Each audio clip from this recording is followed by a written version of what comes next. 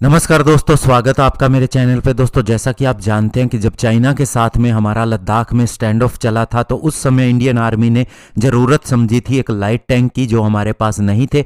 ऐसे में सोचा ये जा रहा था कि इन्हें रशिया से भी खरीदा जा सकता है, साउथ कोरिया की असिस्टेंस भी ली जा सकती है। लेकिन अभी फाइनल ये है कि इंडियन गवर्नमेंट ने लाइट टैंक बनाने के लिए अप्रूवल दे दिया है। और दूसरा दोस्तों, आप जानते हैं कि टाटा एक एयरक्राफ्ट को डेवलप कर रही है, स्पेशली इसे मॉडिफाई कर रही है सर्विलियंस के लिए। तो अब दोस्तों, इस एयरक्राफ्ट के लिए एयरबोर्न जैमर को भी इंडिया में ही बनाने के लिए अप्रूवल दे दिया गया है। आज इसी के ऊपर बात करेंगे। चलिए दोस्तों, शुरू करते हैं। तो दोस्तों, गवर्नमेंट ने अब अप्रूवल दे दिया है कि एयरबोर्न जैमर को बनाने के लिए, एयरबोर्न इलेक्ट्रो ऑप्टिकल पोड और साथ ही लाइट टैंक को बनाने के लिए। अगर सूत्रों की माने तो मिनिस्ट्री ऑफ डिफेंस ने यह अनाउंस किया है कि ये अप्रूवल मेक वन कैटेगरी के लिए है, जो गवर्नमेंट फंडेड प्रोजेक्ट के लिए होता है। और मेक वन सब कैटेगरी के तहत इसके अंदर गवर्नमेंट फंडिंग का 90% इस्तेमाल किया जाएगा, जो कि फेज्ड मैनर के अंदर रिलीज किया जाएगा। और दोस्तों, ऐसा पहली बार हुआ है जब मिनिस्ट्री ऑफ डिफेंस ने इतनी बड़े तरह से प्राइवेट सेक्टर को इन्वॉल्व किया है, स्पेशली इस तरह के प्रोडक्ट बनाने के लिए। और आपको बता दें कि जो टाटा ग्रुप है उसने German origin Grove G180 SPN aircraft को एक्वायर किया है। स्पेशली इसके इंटेलेक्चुअल प्रॉपर्टी राइट भी खरीदे हैं, यानी कि पूरी की पूरी टेक्नोलॉजी के साथ में उसे कैसे इस्तेमाल करना है, कहीं और देना है या नहीं, ये सारी चीज़ें टाटा ने एक्वायर की है। और अब इसी के लिए एयरबोर्न जैमर को बनाने का काम मिनिस्ट्री ऑफ डिफेंस ने दिया है। और अभी टाटा इस एयरक्राफ्ट को मॉडिफाई कर रही है ताकि यह स्पेशल पेलोड को कैरी कर सके, जो इंडियन एयरफोर्स की रिक्वायरमेंट के हिसाब से आते हैं।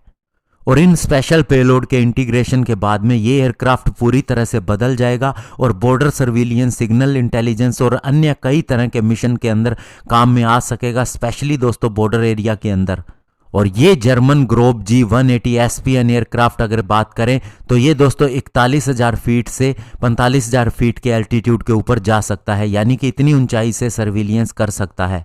और इसके अलावा दोस्तों, जिस लाइट टैंक के लिए अप्रूवल दिया गया है उसके ऊपर लार्सन एंड टोब्रो, जो कि एक प्राइवेट कंपनी है, साथ ही CVRDE यानी combat vehicle research and development establishment काम कर रही हैं। ये एक 35 टन का लाइट टैंक होगा और next generation main battle tank जो हमने बनाना है, जिसे CVRDE डेवलप कर रही है, उसी के ऊपर आधारित होगा। और L&T इसके लिए यूरोपियन वेंडर से एक 105 mm की टरट भी खरीद रही है। साथ ही स्पेड 500 स्टील प्लेट, जो मीडियम हार्डनेस आर्मर होता है, उसके लिए इस्तेमाल की जाएंगी।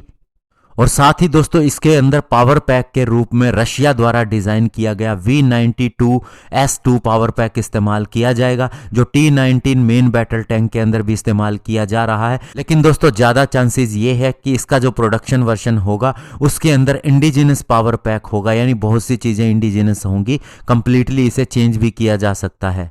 और जहां तक दोस्तों इलेक्ट्रो ऑप्टिकल पोड की बात है, जो एयरबोर्न इलेक्ट्रो ऑप्टिकल पोड है, वे fixed wing, rotary wing aircraft और इसके अलावा अनमैन्ड एरियल व्हीकल के लिए भी इस्तेमाल में आ सकेंगी। और इसे प्राइवेट सेक्टर की कंपनीज ऑलरेडी डेवलप कर रही हैं।